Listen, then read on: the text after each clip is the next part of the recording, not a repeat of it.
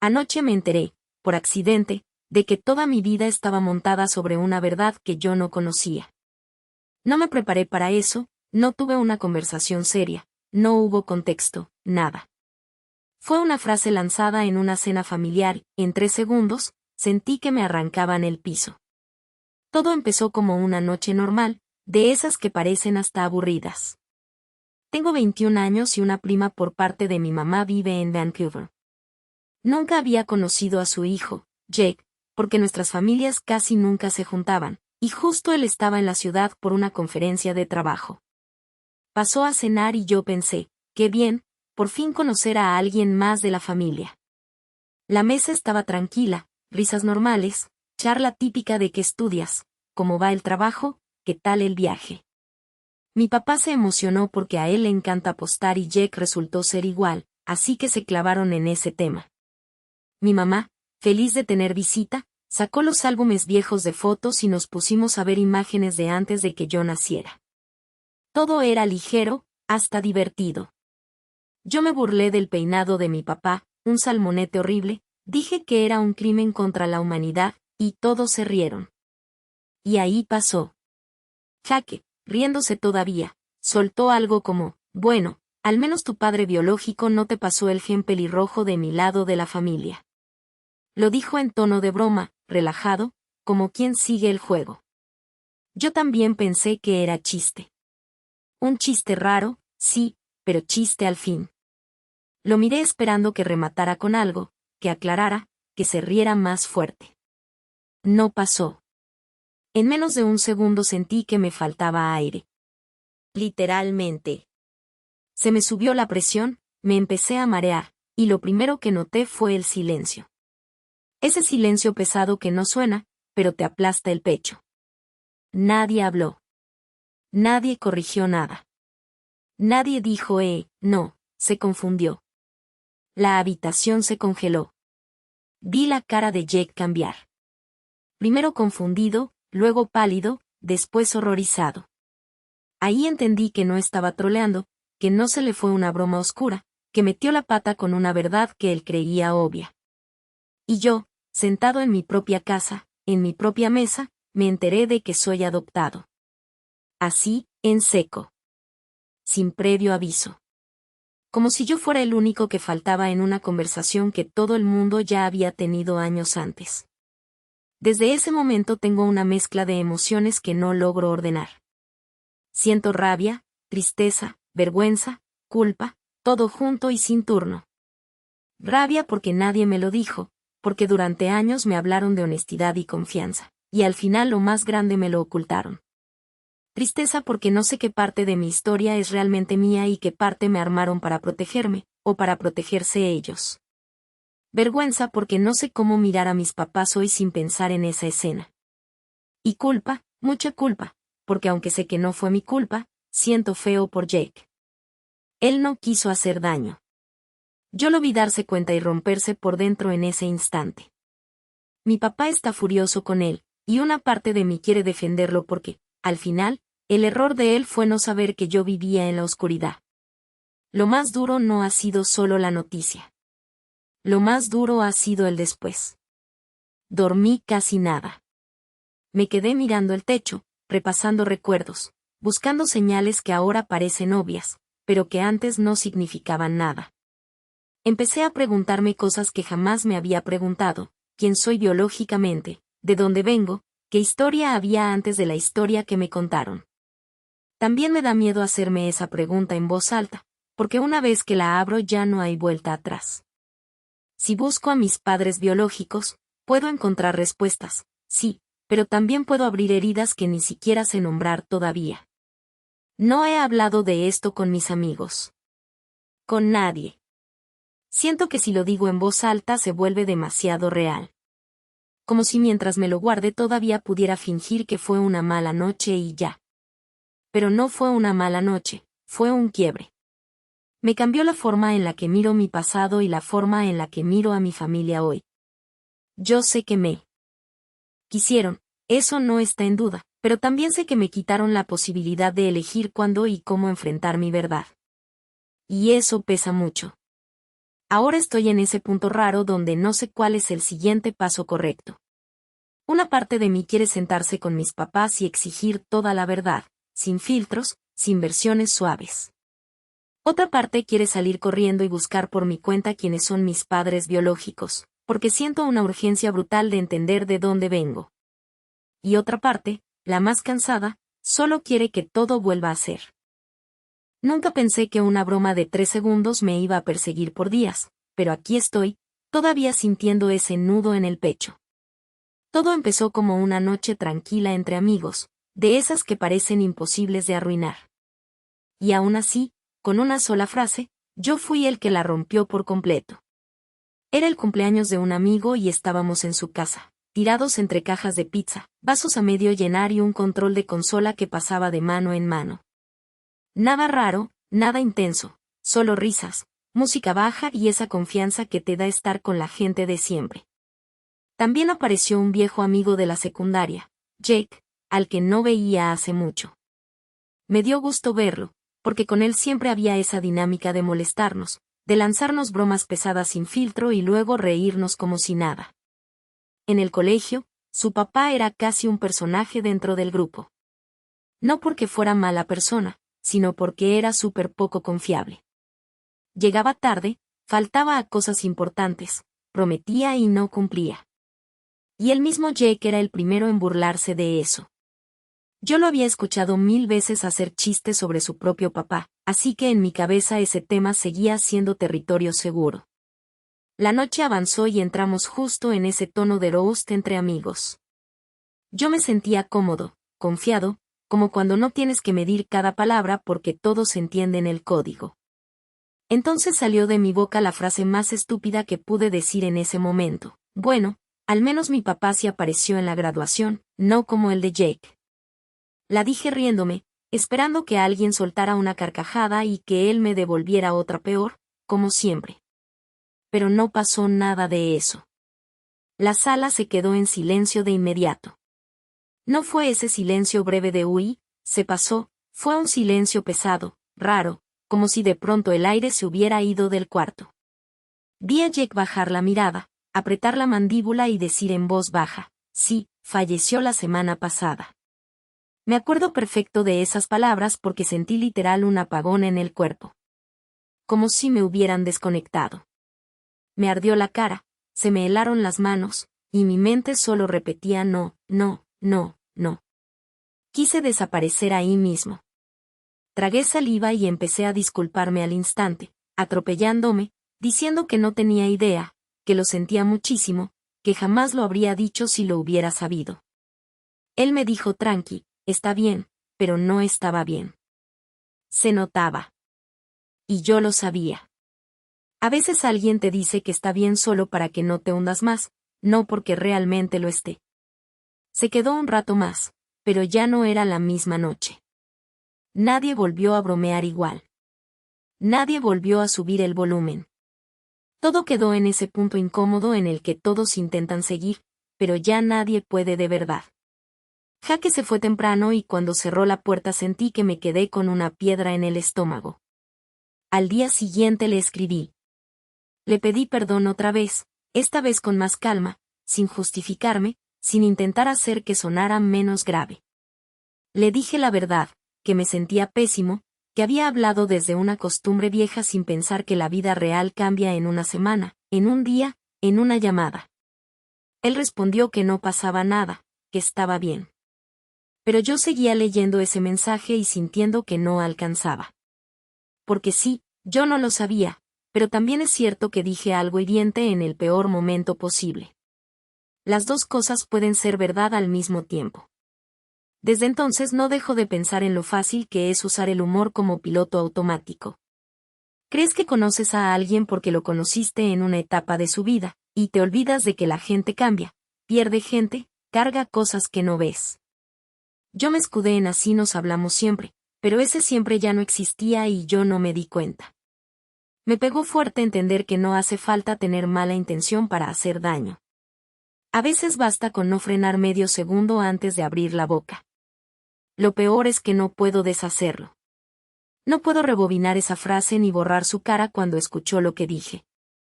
lo único que puedo hacer es hacerme cargo, aprender y no repetirlo.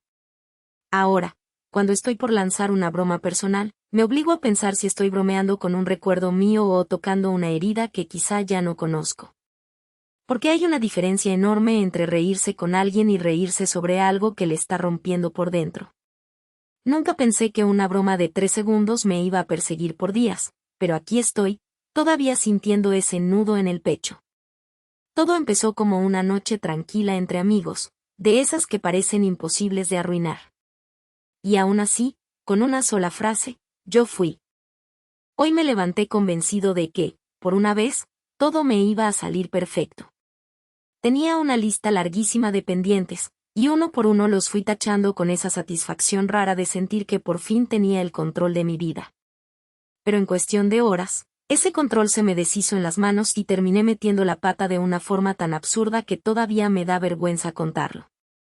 Ese día era especial para mí porque iba con mi amiga Katie a visitar a Sound, otro amigo que vive a unas 3 horas de distancia. No era cualquier visita, para mí era casi un ritual mensual, de esos que me sostienen cuando todo lo demás se siente inestable. Me encanta llegar con algún detalle, algún regalo, cualquier cosa que haga que la visita se sienta pensada, importante, como una forma de decir gracias por seguir aquí. Yo ya tenía todo en la cabeza desde días antes, qué llevar, a qué hora salir, qué ponerme, qué dejar listo en casa para no volver corriendo por olvidos de último minuto. Me dormí anoche con esa tranquilidad de mañana la rompo. Y sí, me desperté emocionado. Me metí a la ducha, me arreglé, puse música, empecé a moverme rápido entre el baño, la cocina, el cuarto, el celular, la mochila, los mensajes.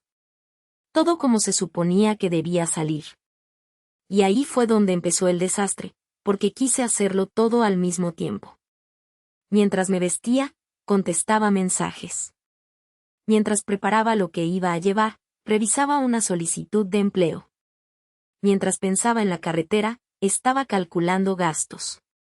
Mientras sonreía por el plan del viaje, por dentro estaba peleándome con mi ansiedad. Yo venía arrastrando semanas durísimas. Me quedé desempleado después de que mi paso por un bufete de abogados saliera mal. Fue una etapa que me dejó hecho polvo, porque no solo perdí el trabajo, también me quedé con la sensación de no haber estado preparado, de no haber dado la talla, de no saber en qué soy realmente bueno. Desde entonces ando buscando cualquier oportunidad para levantarme, incluso trabajos por comisión para ganar algo extra, pero hasta eso me ha salido pesado. Cada intento trae esperanza y, a veces, también otro golpe. Ese día, aunque yo quería enfocarme en ver a Sound y pasarla bien, llevaba toda esa presión metida en el pecho. Entonces llegó el momento clave. Yo ya estaba en modo eficiencia, moviéndome rápido, orgulloso de no estar olvidando nada, y justamente por eso olvidé algo importante. Se me fue por completo un detalle que para mí era central en esa visita, algo que siempre llevo y que forma parte del plan entre nosotros. Cuando me di cuenta, ya era tarde. Esa sensación fue horrible, ese vacío en el estómago cuando entiendes que, por correr, por querer abarcarlo todo, acabas fallando en lo que más querías cuidar. No fue una tragedia gigante, nadie se murió, no se acabó el mundo. Pero yo lo viví como un mini derrumbe porque no era solo olvidé una cosa. Era el símbolo de cómo me he estado sintiendo, cansado, saturado, tratando de resolver la vida entera en una mañana, y terminando con la cabeza hecha un nudo. Me vi en el espejo y pensé, de verdad, ¿cómo puedo estar tan organizado y tan perdido al mismo tiempo? Me dio risa, de esa risa nerviosa que sale cuando ya no sabes si enojarte o abrazarte. En el camino intenté bajarle al drama, respirar, poner los pies en la tierra. Katie me ayudó mucho, porque a veces solo necesito a alguien que me recuerde que un error no me define. Que no soy un fracaso por olvidar algo. Que estar desempleado no significa que no valgo. Que una mala experiencia profesional no cancela todo lo que sí puedo construir. Y sobre todo, que puedo estar triste, confundido, frustrado, y aún así seguir avanzando. Cuando por fin llegué a ver a Sound, me di cuenta de que lo importante no era que todo saliera milimétrico, sino que yo estuviera ahí de verdad, presente. Claro que me dolió haber metido la pata, Y claro que me sigo exigiendo demasiado, pero también entendí algo: yo no necesito ser perfecto para merecer buenos momentos. Solo necesito dejar de tratar mi vida como una lista infinita de tareas y empezar a tratarme como trataría a un amigo que está pasando por una mala racha, con paciencia, con cariño, con un poco más de compasión. Hoy sigo buscando trabajo. Sigo intentando encontrar algo que me guste y en lo que sea bueno. Sigo aprendiendo a no reventarme por dentro cuando las cosas no salen como esperaba. Y si alguien quiere orar por mí, lo agradezco de corazón, porque hay días donde la fe, en la forma que sea, es lo único que me mantiene en pie. Pero también quiero decir esto: si yo, en medio del caos, todavía puedo levantarme, bañarme, intentarlo otra vez y manejar 3 horas para ver a alguien que quiero. Nunca pensé que un viaje escolar de 20 minutos me iba a dejar un nudo en el pecho por un mes entero. Yo solo tenía que regresar a la escuela con mis alumnos para almorzar, como cualquier otro día, pero terminé sintiéndome culpable por callar, y también culpable por hablar. Lo peor es que la persona que denuncié era alguien con quien yo me llevaba bien de verdad. Yo soy profesora de primaria, tengo 25 años, y ese día iba con un compañero al que voy a llamar B, que ronda los 60. Él manejaba el minibús de la escuela, como siempre, y yo iba adelante acompañándolo mientras los niños iban atrás. Ya habíamos hecho muchos viajes así, hablando de cualquier cosa, riéndonos, comentando el día. Nunca había habido tensión entre nosotros, al contrario, yo sentía que teníamos una dinámica fácil, casi de rutina cómoda. Ese día nos recogió cerca de las 12 para volver al colegio, un trayecto de unos 20 o 25 minutos, y todo empezó completamente normal. Como él había vivido por esa zona, nos iba contando historias de las calles por donde pasábamos, y a mí me parecía interesante escucharlo. Incluso algunos niños iban atentos, mirando por la ventana como si también quisieran imaginar cómo era todo antes. Y entonces, sin aviso, cambió el tono. De la nada soltó un comentario sobre que ahora había demasiados inmigrantes, y lo dijo usando palabras horribles, despectivas, de esas que te hacen querer frenar el tiempo y borrar lo que acabas de oír. Yo me quedé helada. Lo primero que pensé no fue en mí, fue en los niños. Miré hacia atrás, tratando de adivinar si alguno lo había escuchado. No parecía. Nadie reaccionó. Y ahí tomé una decisión en segundos. No lo enfrenté en ese instante para no repetir sus palabras ni llamar la atención de los niños sobre algo que, tal vez, les había pasado desapercibido. Me quedé con una sonrisa tensa, como si nada, pero por dentro estaba en alerta total. El problema es que no quedó ahí.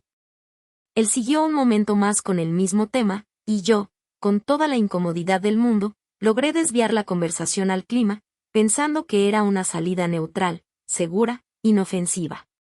Pero tampoco funcionó. También llevó el clima a su discurso, empezó con que el calentamiento global no era real, volvió a culpar a inmigrantes de todo, y encima metió comentarios contra mujeres conductoras. Ahí sí intenté discutirle. No un debate largo, pero sí marcarle que no estaba de acuerdo. Él me respondió con una seguridad que me descolocó, que yo ya vería la verdad con el tiempo. Como si yo fuera ingenua. Como si todo lo que dijo fuera sentido común. En ese momento sentí que cualquier palabra mía iba a escalar y que no era el lugar, ni el momento, ni el público. Así que asentí, me callé, y terminé el trayecto en silencio, con rabia y vergüenza mezcladas. Al llegar a la escuela, bajé con los niños, los acompañé dentro y cumplí con lo de siempre, informar a mi líder de año cómo había ido el viaje. Le conté primero lo operativo y luego, casi dudando, le repetí lo que B había dicho. Su reacción fue un simple gesto de ojos en blanco y una frase que me cayó como balde de agua fría: ya sabes cómo es esa generación. En ese instante casi me convencí de no hacer nada. Me entró la duda de si estaba exagerando, de si estaba creando un problema donde no hacía falta, de si me iba a meter en líos por algo que, según otros, era mejor dejar pasar. Pero no pude. Por conciencia no pude. Porque aunque los niños no reaccionaron, sí podían haber escuchado. Porque estamos en una escuela. Porque normalizar eso, aunque sea por comodidad, me parecía peor. Así que fui con una superior y le conté todo. Esta vez me escucharon de verdad. No minimizaron nada, no lo justificaron por edad, no me hicieron sentir dramática. Me dijeron que habían hecho bien en reportarlo y que hablarían con Ray en cuanto regresara a su superior directo. Salí de esa conversación con alivio, pero también con miedo. Porque una cosa es saber qué hiciste. Lo correcto, y otra muy distinta es vivir las consecuencias humanas de haberlo hecho. Ha pasado aproximadamente un mes desde ese viaje, y Ray ahora es otra persona conmigo. Casi no me saluda, evita mirarme, apenas me reconoce cuando coincidimos. Esa frialdad me pesa más de lo que quisiera admitir. Me molesta, sí, pero sobre todo me entristece, porque antes era alguien con quien yo podía hablar fácil en los trayectos, alguien con quien compartía esos silencios cómodos de trabajo que hacen más llevadero el día. Ahora todo es hielo. Y a veces, cuando lo noto distante, una parte de mí se pregunta si la regué denunciándolo.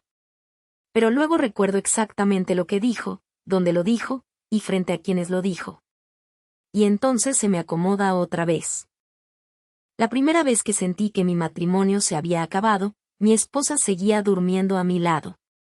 Y eso fue lo peor, porque no hubo gritos, no hubo portazo, no hubo me voy. Solo una distancia fría, silenciosa, que me dejó haciendo todo por dentro mientras por fuera seguíamos pareciendo una pareja normal. Yo me repetía que era una etapa, que el estrés, que el cansancio, que ya se le iba a pasar. Pero cada día era igual, cuando yo necesitaba una conversación real, una mirada honesta, una mínima señal de que todavía estábamos en el mismo equipo, no había nada.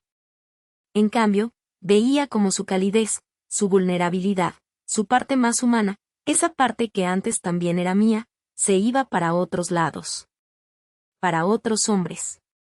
No por accidente, no por confusión de una noche, sino por elección.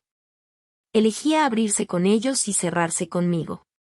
Elegía contarles lo que sentía a ellos, mientras a mí me daba respuestas vacías. Y yo ahí, sosteniendo la estructura. Pagando cuentas, resolviendo cosas, estando presente, cuidando la casa, cuidando a los niños, cuidando todo. Yo era el que no podía quebrarse porque alguien tenía que mantener el sistema de pie. Y me di cuenta de algo horrible, no me estaban amando, me estaban usando. Yo era útil. Era la estabilidad. Era la imagen del socio leal que siempre está, mientras en paralelo ella alimentaba su complejo de salvadora en otros vínculos que la hacían sentir viva. La vergüenza me comía, pero un día hice algo que nunca pensé hacer. Le pedí a una IA popular que me analizara a mí y a algunos mensajes entre mi esposa y yo. Sí, suena frío. Sí, suena triste. Pero yo ya no confiaba en mi propia interpretación porque cuando te manipulan con silencio y ambigüedad, terminas dudando hasta de lo obvio. Necesitaba un espejo sin miedo, sin favoritismos, sin cansancio emocional. Le pasé conversaciones enteras. Respuestas a medias. Frases como me estoy curando, todavía me importas, no puedo construir ahora, necesito espacio, no es lo mismo. Y la IA me devolvió algo que me partió, porque era exacto, había acceso emocional sin responsabilidad. Se compartía lo justo para mantenerme involucrado, para que yo siguiera sintiéndome responsable de su estado emocional, para evitar una ruptura total que exigiría hacerse cargo de verdad. Pero no se compartía lo necesario para reconstruir nada. No había apertura mutua. No había compromiso claro. No había reciprocidad. También señaló la vaguedad estratégica. Nunca una definición. Nunca esto terminó. Nunca estoy con alguien más. Nunca quiero separarme. Todo en una niebla funcional, porque mientras nada se nombra, nada se asume, y mientras nada se asume, siempre hay una salida para culpar al otro. La ambigüedad no era torpeza, era herramienta. Era tener opciones abiertas, cruzar líneas y luego esconderse detrás de frases terapéuticas. Después vino la parte más dura, el doble estándar emocional. Yo tenía que ser estable, consistente, disponible, paciente, empático, maduro. Ella podía ser distante, evasiva, impredecible y en proceso. Yo tenía deberes. Ella tenía margen. Yo tenía que quedarme quieto sosteniendo todo. Ella podía moverse libremente por fuera del vínculo y volver cuando necesitara contención. Eso no era confusión. Eso era triangulación disfrazada de autocuidado. Ahí entendí por qué dolía tanto. Porque yo estaba jugando con valores. Si hay vínculo, para mí significa algo. Si hay niños, para mí son primeros siempre. Si alguien que amo sufre, para mí no se abandona, se acompaña. Pero no estábamos jugando con las mismas reglas. Ella usaba el silencio como herramienta, mis valores como cobertura y a los niños como ancla emocional cuando convenía. Ese choque entre lo que yo creía y lo que realmente estaba pasando me partía más que cualquier infidelidad explícita. Y lo más retorcido era que, si algún día esto se contaba públicamente, yo ya sabía el guión, ella como esposa incomprendida, descuidada, agotada, yo como el hombre frío que no entendió su proceso. La historia de lástima perfecta para evitar la culpa. No porque fuera verdad completa, sino porque asumir responsabilidad rompería la fantasía que había construido para sobrevivir sin mirarse de frente. Ese día dejé de pedir claridad como quien pide permiso.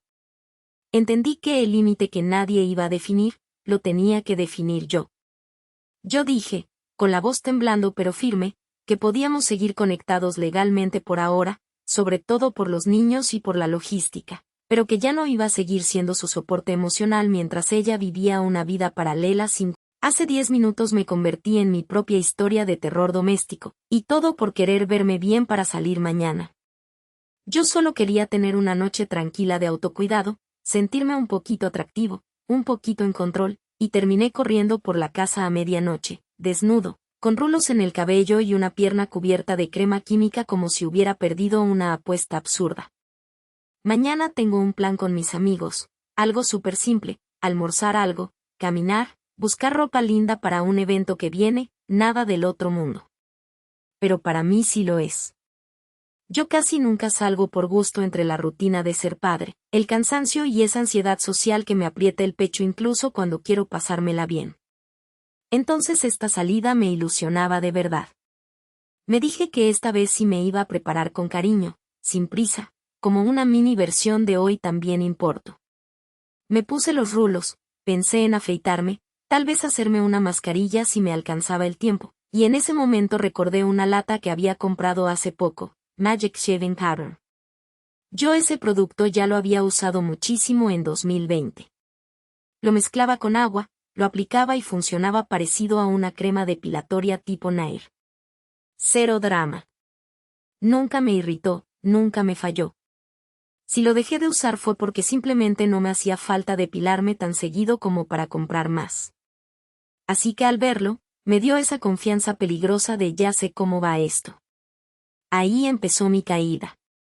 Mi memoria no es la mejor, y no me acordaba con exactitud si antes lo usaba en la cara o no, pero como el producto está pensado para barbas de hombres, yo pensé, bueno, peor no puede ser. Preparé la mezcla y empecé. Me lo puse en la cara y también en una pierna. Todo normal por unos segundos, hasta que me llegó un recuerdo como relámpago, yo usaba guantes para esto. Y justo cuando lo pensé, sentí el primer latigazo. Una punzada química horrible en un parche de piel reseca de un dedo, como si me estuvieran limando la piel por dentro. Fui directo a enjuagarme las manos, sin pensarlo. Abrí el agua, me froté como loco, respiré, y en ese instante la cara empezó a arder también. No como picazón leve, no. Ardor de verdad. De ese que te hace maldecir en voz alta aunque esté solo. Corrí otra vez al agua y me enjuagué la cara lo más rápido que pude. Cuando por fin me vi, yo era un desastre, una pierna seguía peluda, la cara roja e irritada, y el dedo se sentía medio disuelto, como si la capa de arriba se hubiera rendido. Lo lógico habría sido rendirme ahí, pero como la pierna no estaba lastimada, me dio ese impulso absurdo de ya que empecé, termino. Así que improvisé una espátula cortando un vaso desechable y me puse la mezcla en la otra pierna para no quedar mitad sí, mitad no. Todo esto mientras el dedo y la cara me seguían latiendo. Después entré en modo supervivencia. Yo solo quería encontrar crema antibiótica, o algo, lo que fuera, cualquier cosa que calmara el fuego en la piel. Revisé donde normalmente guardo medicinas en mi lado de la casa y nada. Absolutamente nada útil. Y ahí entendí que, si quería alivio, tenía que ir al lado donde vive mi mamá. A medianoche. Con una pierna embadurnada de crema blanca. Con rulos en el cabello. Y sí, desnudo, porque en medio del caos nunca me vestí. Yo no estaba pensando en dignidad, yo estaba pensando en necesito algo para no sentir que me derrito. Salí así, en silencio, cruzando la casa oscura, tanteando paredes como ladrón de mi propia vergüenza. Cada paso era una mezcla de dolor y ridículo. Llegué al baño de visitas casi a ciegas, abrí cajones, botiquín, repisas, todo. Nada de crema. Nada. En ese momento sentí una frustración tan absurda que casi me río, pero me dolía demasiado para disfrutar lo cómico. Agarré una curita porque era lo único remotamente útil, y emprendí mi caminata de regreso, todavía en ese estado lamentable. Y como si el universo quisiera cerrar la escena con broche de oro, en mitad del camino me golpeé el dedo del pie contra una caja grande que no vi en la oscuridad. El golpe me hizo doblarme de inmediato y me fui hacia atrás, pegándome la espalda. Ahí me quedé un segundo, respirando entre dolor y humillación, pensando que todo esto empezó porque yo quería verme bien para una salida tranquila. Ni fiesta, ni cita, ni nada dramático. Solo un plan normal y una noche de me cuido un poco. Hace 10 minutos me convertí en mi propia historia de terror doméstico, y todo por querer verme bien para salir mañana. Yo solo quería tener una noche tranquila de autocuidado, sentirme un poquito atractivo, un poquito en control, y terminé corriendo por la casa a medianoche, desnudo, con rulos en. Ayer casi muero de vergüenza en plena calle, y no exagero. No fue un accidente épico ni algo digno de película, fue peor, porque fue ridículo, íntimo y completamente público. En menos de 5 segundos sentí que perdía la dignidad, el equilibrio y probablemente el derecho a volver a esa esquina jamás. Salí del trabajo como cualquier día, con la cabeza en modo automático, pensando en llegar a casa, ducharme y olvidarme del calor infernal que estaba haciendo. Pero ese calor no era ay qué bochorno, era de esos que te pegan la ropa al cuerpo como si te hubieran envuelto en plástico. Iba caminando y cada paso era una pequeña tortura, porque mis boxers se habían convertido en una trampa. Sentía todo desacomodado, incómodo, tirante, como si mi propio pantalón me estuviera castigando por existir. Intenté ignorarlo al principio, caminando tieso, con ese paso raro que uno hace cuando quiere parecer normal pero por dentro está sufriendo. Yo sabía que me veía raro, pero prefería parecer raro antes que meter la mano descaradamente en plena vía pública. Mientras avanzaba, iba intentando arreglarlo con micromovimientos absurdos, como si pudiera resolver una catástrofe textil solo con fuerza mental y una torsión mínima de cadera. Obviamente no funcionó. Cada 2 metros empeoraba. Ya no era incomodidad, era urgencia.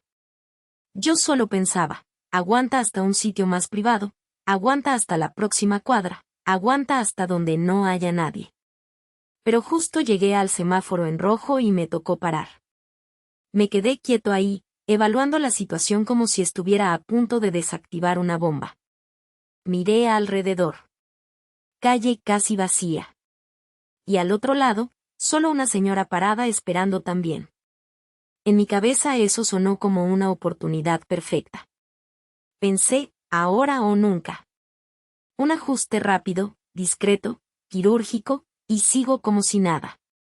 Me convencí de que tenía el control. Metí la mano con sigilo, hice el movimiento que juraba iba a durar medio segundo, y todo salió mal. Mi mano se enganchó en la presilla del cinturón o en algo del pantalón, no sé ni cómo, y en lugar de un ajuste sutil terminé jalando con fuerza hacia arriba. Pero no poquito, no elegante, no nadie lo notó. No. Me levanté los pantalones de golpe como si me estuviera aplicando el calzoncillo más agresivo de la historia en medio del cruce. Y ahí llegó la peor parte, la que me sigue persiguiendo desde ayer. En pleno tirón, con la mano congelada en la cintura y la cara de pánico, levanté la vista por reflejo. Y me encontré con los ojos de la señora. Contacto visual directo, limpio, inevitable. No fue una mirada de UPS, qué pena. Fue una mirada de horror puro, como si acabara de presenciar algo ilegal, prohibido o médicamente preocupante. Ella se quedó inmóvil. Yo también. Yo agarrado del pantalón como estatua de la vergüenza, ella clavada en su sitio como si hubiera visto un crimen. Fueron segundos, pero se sintieron eternos. De esos segundos que te envejecen. El semáforo cambió y no caminé, huí. Crucé la calle casi trotando, sin mirar atrás, con la dignidad arrastrándose varios metros detrás de mí. Me fui con ese calor en la cara que ya no era por el clima, era por la humillación. Sentía que todo el mundo me había visto aunque literalmente solo había una persona. Y eso lo hizo peor. Cuando te pasa algo así frente a una multitud, te convences de que se diluye entre tanta gente. Pero cuando solo hay un testigo, ese momento se vuelve personal, como si quedara grabado entre dos personas para siempre. Desde entonces no he vuelto a pasar por esa dirección. Me da igual si era la ruta más corta, la más lógica o la más cómoda. Para mí ahora es zona de desastre emocional. Hoy tomé un camino más largo solo para no toparme con esa esquina y, peor aún, con la posibilidad de volver a ver a la señora. Porque en mi mente ella me reconoce al instante como el tipo del ajuste nuclear. Y sí, ya sé que probablemente ella ya siguió con su vida y ni se acuerda, pero yo sí me acuerdo. Yo lo revivo cada vez que me siento a pensar 5 segundos en silencio. Lo más absurdo es que todo empezó por algo tan normal como intentar acomodarme la ropa. Algo humano, básico, cotidiano. Pero cuando lo haces en el momento equivocado, en el lugar equivocado y con mala suerte mecánica, se transforma en un episodio que te hace replantearte cómo caminar en público. Ayer aprendí que la línea entre mini ajuste discreto y espectáculo involuntario es peligrosamente delgada. Y también aprendí que el orgullo puede evaporarse más rápido que el sudor cuando te traiciona una presilla de cinturón. Ayer casi muero de vergüenza en plena calle, y no exagero. No fue un accidente épico ni algo digno de película, fue peor, porque fue ridículo, íntimo y hace unas horas casi me da un infarto en la oficina por querer hacer una gracia de 5 segundos. Lo que hice parecía una tontería inocente, pero en menos de un minuto convertí nuestro chat más privado en un espectáculo para toda la empresa. Y cuando digo toda, digo toda. Yo tenía un chat de Teams con 2 compañeros cercanos, de esos chats que te salvan la cordura en jornadas eternas. Ahí no hablaba de proyectos formales ni de KPIs ni de sinergias, ahí soltaba memes, bromas internas, sarcasmo barato y comentarios que jamás diría en una reunión con cámara encendida. También me desahogaba, porque sí, yo también me frustraba con decisiones raras de arriba, con cambios absurdos de último minuto, con hábitos extraños de gente del trabajo. Era mi válvula de escape en texto. Mi pequeño sótano emocional dentro de una corporación brillante por fuera y cansada por dentro. Ese día estaba muerto de aburrimiento. El reloj avanzaba lento, mi energía estaba en cero y todo se sentía plano. En medio de ese vacío, uno de mis compañeros pegó unos resúmenes graciosos de perfiles de gente de la oficina que había hecho con ChatGPT. Yo me reí fuerte. Me pareció brillante. Y ahí fue cuando mi cerebro, en su versión más impulsiva, conectó 2 neuronas y me lanzó una idea peligrosamente divertida. Si en Discord puedo agregar bots, ¿y si aquí también puedo meter a ChatGPT al chat? Yo no lo pensé 2 veces. Abrí la opción de agregar personas, escribí ChatGPT y de verdad me apareció algo. Ese fue el momento exacto en el que debí frenar, respirar y leer bien. Pero no. Yo estaba tan emocionado por romper la monotonía que hasta lo dije en voz alta, con una sonrisa de niño travieso. Jaja, voy a agregar ChatGPT a la conversación. El compañero que estaba sentado al lado mío, que también estaba en ese chat, soltó un no, por favor no. En tono apagado, como quien ya ve venir un choque en cámara lenta. Yo lo escuché, sí, pero elegí ignorarlo. Pensé, da igual, un poco de caos divertido no le hace daño a nadie. Hice clic. Y ahí empezó mi caída libre. En cuanto confirmé, el chat explotó con una pared gigantesca de texto automático. Al principio ni entendí qué estaba viendo, solo líneas y líneas apareciendo sin parar. Luego mi cerebro empezó a procesar palabras sueltas. Agregó CEO al chat grupal, agregó jefe al chat grupal, agregó compañero de trabajo A, agregó compañero de trabajo B, agregó compañero de trabajo C, y seguía.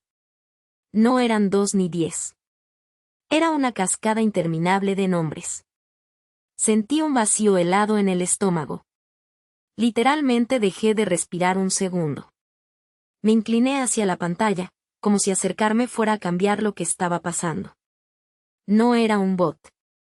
No era la IA mágica que yo quería invitar para reírnos un rato. Era un chat grupal antiguo que alguien había creado hace años cuando ChatGPT se hizo viral. Ese contacto no era una herramienta, era un contenedor viejo con medio mundo metido adentro. Y al agregarlo, yo había jalado a todos los miembros de ese grupo hacia el nuestro. En castellano simple, metía toda la empresa en el chat donde yo hablaba como si nadie más fuera a leer nunca. Yo veía los nombres entrar como si fueran créditos finales de una película de terror. Dirección. Recursos humanos. Gente de otras áreas que ni sabía que existían. Personas que jamás debían enterarse de lo que se decía ahí. El compañero de al lado me miró con esa cara de te lo dije que no necesita palabras. Yo quería desaparecer debajo del escritorio. Ni siquiera me preocupaba solo por mí, me golpeó de frente pensar que acababa de exponer también a los otros dos, porque ahí había mensajes de todos, semanas de desahogo, chistes fuera de contexto y comentarios que, leídos por la audiencia equivocada, podían sonar terribles. Yo pasé de sentirme el genio divertido del día a sentirme el saboteador oficial de la oficina en 30 segundos. La peor parte fue ese silencio posterior, ese segundo en que no sabes si escribir, borrar, pedir perdón, fingir que fue un bug o cerrar la laptop y mudarte de país. Mi mente iba a mil, alguien ya leyó, ¿quién alcanzó a ver qué? ¿Cómo explico esto sin sonar todavía peor? Todo por querer meter una chispa de diversión en una tarde aburrida.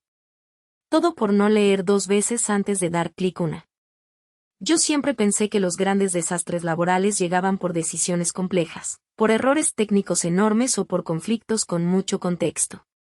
Resulta que no, a veces llegan por una mini impulsividad, por un jaja, que puede pasar, por jugar con una herramienta sin entender cómo está conectada por detrás.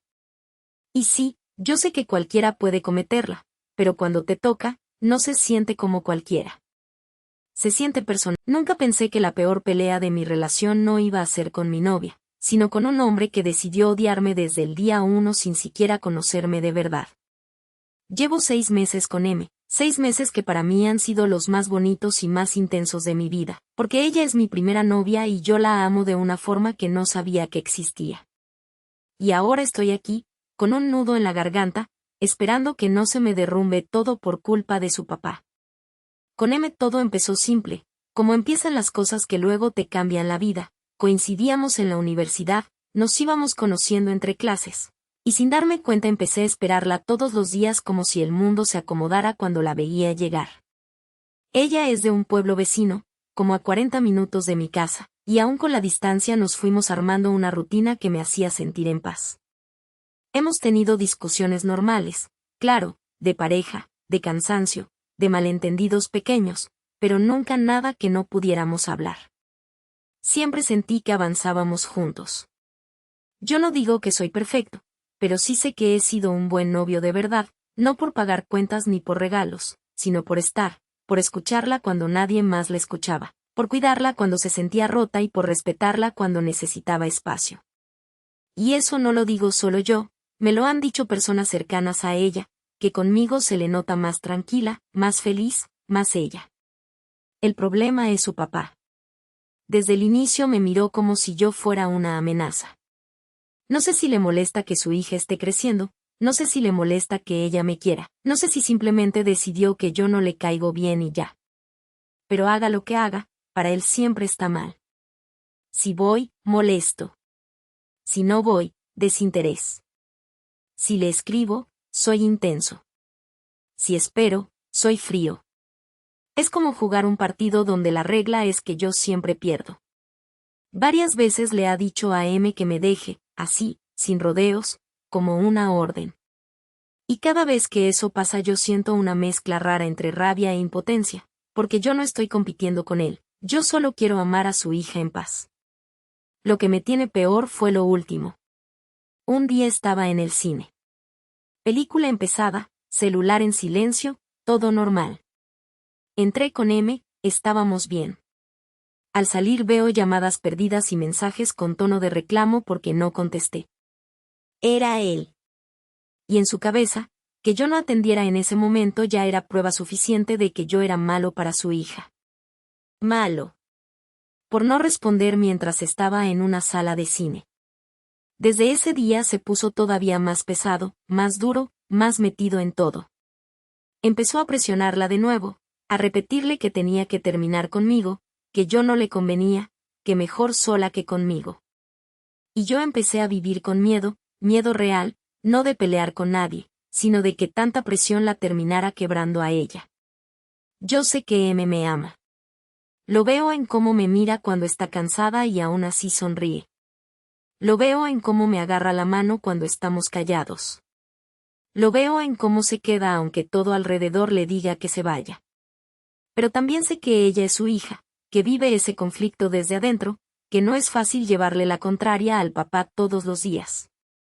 Y ahí es donde me está matando la cabeza, porque por más amor que tengamos, el desgaste existe. Hoy me dijo que su papá volvió a decirle que rompiera conmigo. Y además, mañana me va a devolver mis cosas. Mañana. Esa palabra me está sonando como sentencia desde que la escuché. Esta noche me siento entre la esperanza y el pánico. Una parte de mí quiere creer que esto es solo otro golpe y que lo vamos a pasar juntos. Otra parte se imagina lo peor, como si ya estuviera viendo cómo se me escapa todo de las manos. Yo no quiero perderla. No quiero que una relación que ha sido real, sana y bonita se acabe porque alguien externo decidió controlarlo todo. Tampoco quiero empujarla ni ponerla entre la espada y la pared. La amo tanto que incluso me duele pedirle que pelee por mí, porque no quiero que viva en guerra eterna con su propia familia. Pero también me duele quedarme quieto y ver cómo nos rompen. Nunca pensé que la peor pelea de mi relación no iba a ser con mi novia, sino con un hombre que decidió odiarme desde el día 1 sin siquiera conocerme de verdad. Llevo 6 meses con M, 6 meses que para mí han sido los más bonitos y más intensos de mi vida, porque ella es mi primera novia y yo la amo de una forma